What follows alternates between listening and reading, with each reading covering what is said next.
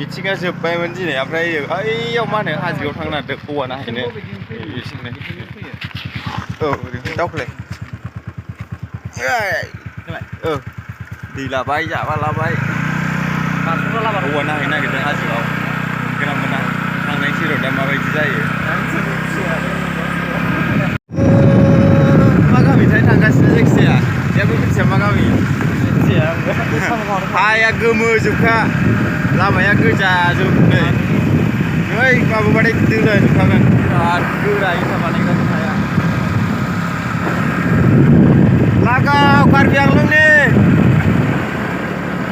बैथिंनो एक्ट्रिसफोरनि गामिया ओइजों ना एक्ट्रिसा आंना बरिया ओइजोंनो गामिया मैया थांखांबाय आं खाथियाव दिनै थांबावनोसै र' बेजोंनो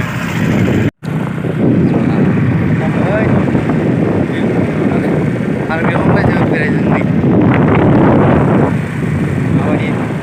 फैबाय थानायबो जाया नालाय खेबसे नायलांखानोसै फैबाय नालाय फैबाय हाजार बार जाबाय दा ओरै बे मालाय खुरमा दंलै ओंखायनो फैबाय थानो हायो मा गैयाना मा मोननानै नोंना गामिखौ गामिया मिथिला गामिया गणेश फोथार होनो बे गामियाव दंफैयो आरो दा ओमफ्राय बै जों दा थिलाफारायाव थांगोन आरो थिलाफारा हाजोआव दुर्गा मन्दिर दङ बेखौ नायनानै फैनोसै मोजां मोनदों फैनानै एथ'ग्राब गोजान फैबायना चिरां डिस्ट्रिक्टनिफ्राय फैनानै मोजां मोनो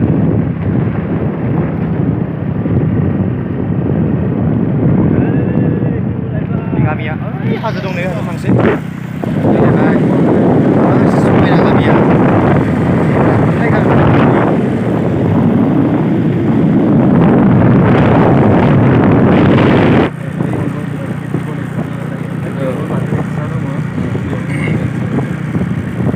मोनसिगोन हाजोआ ओइयाव दं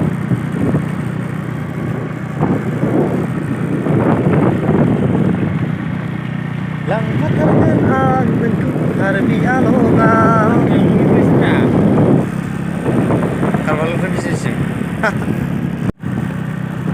गोजानफोरखौ एरखांबाय थायोलै बियो जि मोजां समायनोलै बै गामिखौ हाजो खाथिनो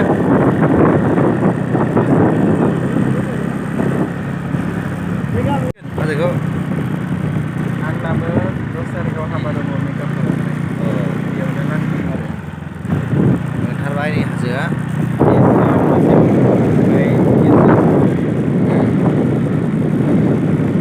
टारगेटसिम फैबाय नै हाब माथो लामा दंबावोसो न' गोजा माथो हाजो गेजेरावनो फैबाय नै जि साइज न' गोजाबो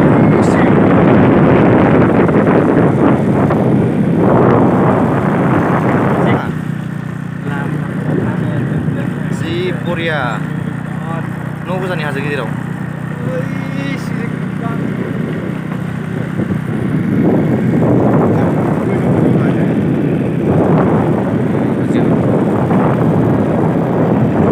न' दंबाबो गासिबो बर' गोजा ओरै गामिबो गैयाना बेजों ए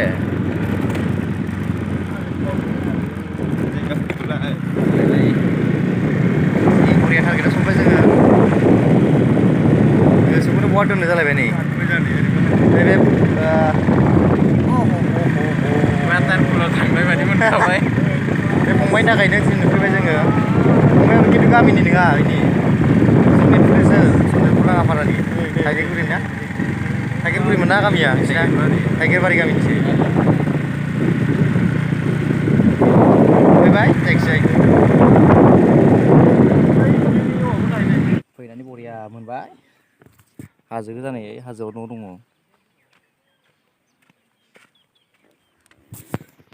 आवगायफिनसै दाना जि साइज जों नैबे मोनफैबाय हाजो गोजा नै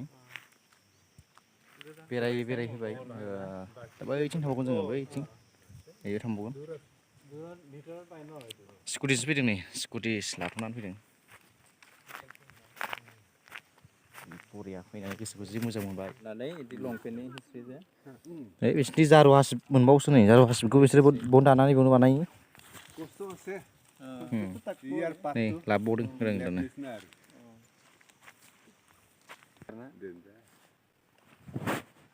Koleo boro bakha koleo hoy. Oh. Bakha koleo. Oh.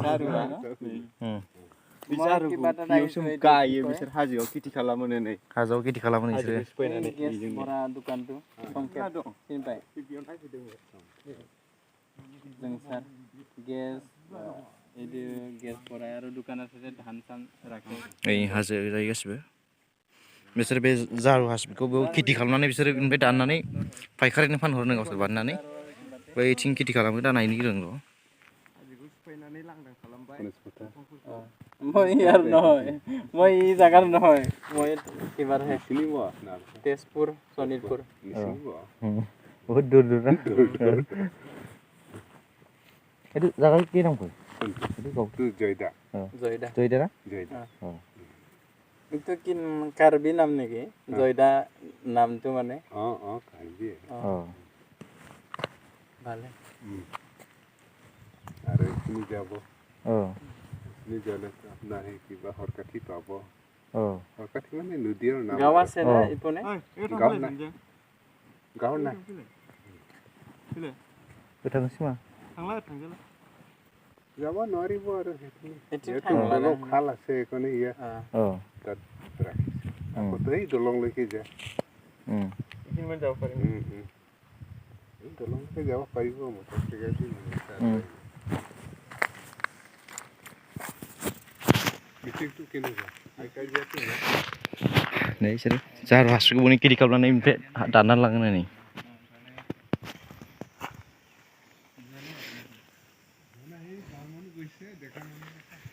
बैसिम थांबावसै ओमफ्राय थांजालानो बैयाव मोनसे दालां दं बिसिम थांनानै जों गिदिंफिनसै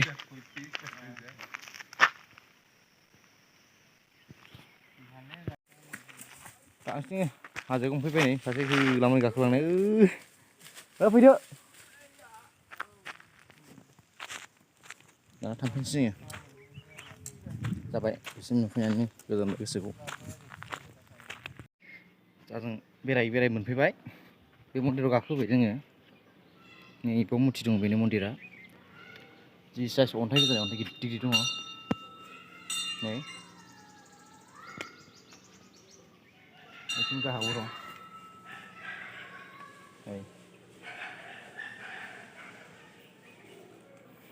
थांफिननोसै दा न' फारसे गिदिंफिननोसै ओंखायनो मोनबोनाय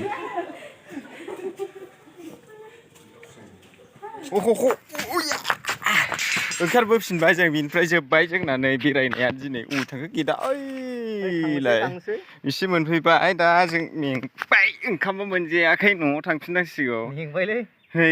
जुथा गानबाय थांफिनसै फैलाय लोगोआ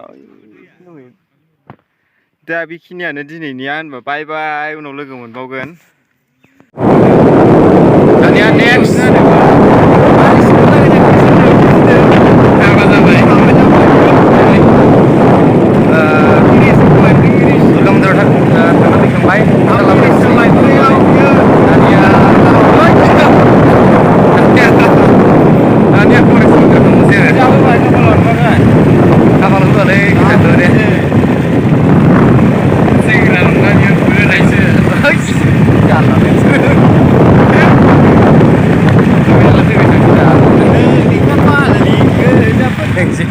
बारा गोजौ नङालै बियो इमान गोजौ मेला जायो हाय गाइस नोंथांमोनखौ आंनि गुबुन मोनसे चेनेलाव बरायनाय बावहरबाय आरो नोंथांमोननि थाखाय आंनि साबसिन जानो आरो मोजां नाङोबा लाइकखौ फुना हो डिसलाइक मारिनो डिसलाइक जोंना चेनेलानो मोनसेल' टारगेट नङा एकदम अनेक टारगेट दङ नङाबा डाबल डिसलाइक मारि थाखाय नङा माने जेनेरेल मा आरो मोजां मोनोबा लाइकखौ मारिना लादो लाइक डिसलाइक मारो डिसलाइक डाइरेक्ट डिसलाइकखौथ' मा बुंबावनो ओमफ्राय बे डिसलाइक आनसाबस्क्राइब खालाम गोजा कालार दंना आनसाबस्क्राइब खालाम डिसलाइक मारि रिपर्ट हो लाजिलाङोबोलै बुंनो बेखायनो गोसो दंबा खालामबानो जाबाय हाथिया खालामदो खालामबा न'नि बायदि मोनखादोंलै जायगा आं ब्रा थिनाखै आरोखि जेनेबा खालामदो गोसो दंबा आरो देनां आंनि फिसाफोरखौ देखायनांगौ आङो नै बिदि आंबो आं बानायफिनगोन देनां मोनसिगोनलै नोगोद मानसि फैलाबायो बेरायनो खान्दु खान्दु माबियाव न'आव गोजानै जि साइसनो सिखोन हाजोआव नै नै आरो ओमफ्राय माबायाव जाबाय होनलायबाय औ दे आयौ थाथां गैला जारु गारि लांलाय आसिफ गारि बिसोर जारुखौ खेथि खालामो बेयाव ओमफ्राय हाना लाबोयो दा लाबोलायबाय नै टाटा मबाइलखौसो माब्ला जायफुं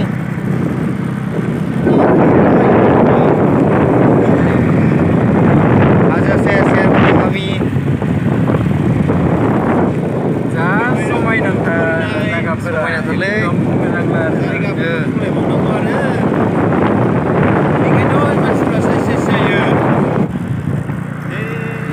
मोनहांखा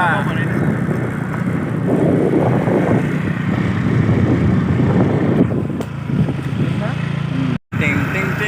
मोनफैबाय मा मन्दिर होनदों बियो बरिया गणेश मन्दिराव फैबावबाय बेयाव मोनसे बेरायबावनोसै गेटआ बेनो मेन गेटआ हाबग्राया बे जायगायालाय बिराद मोजां गुसु मोनफैलायदों गरमनिफ्राय फैनाय ना दंफां सिङाव थान्दा जादों औ गणेश मन्दिरा नै बेनोमोन मन्दिरा गाखोआसै जोङो बिदि गाखोजागोन बरियाखा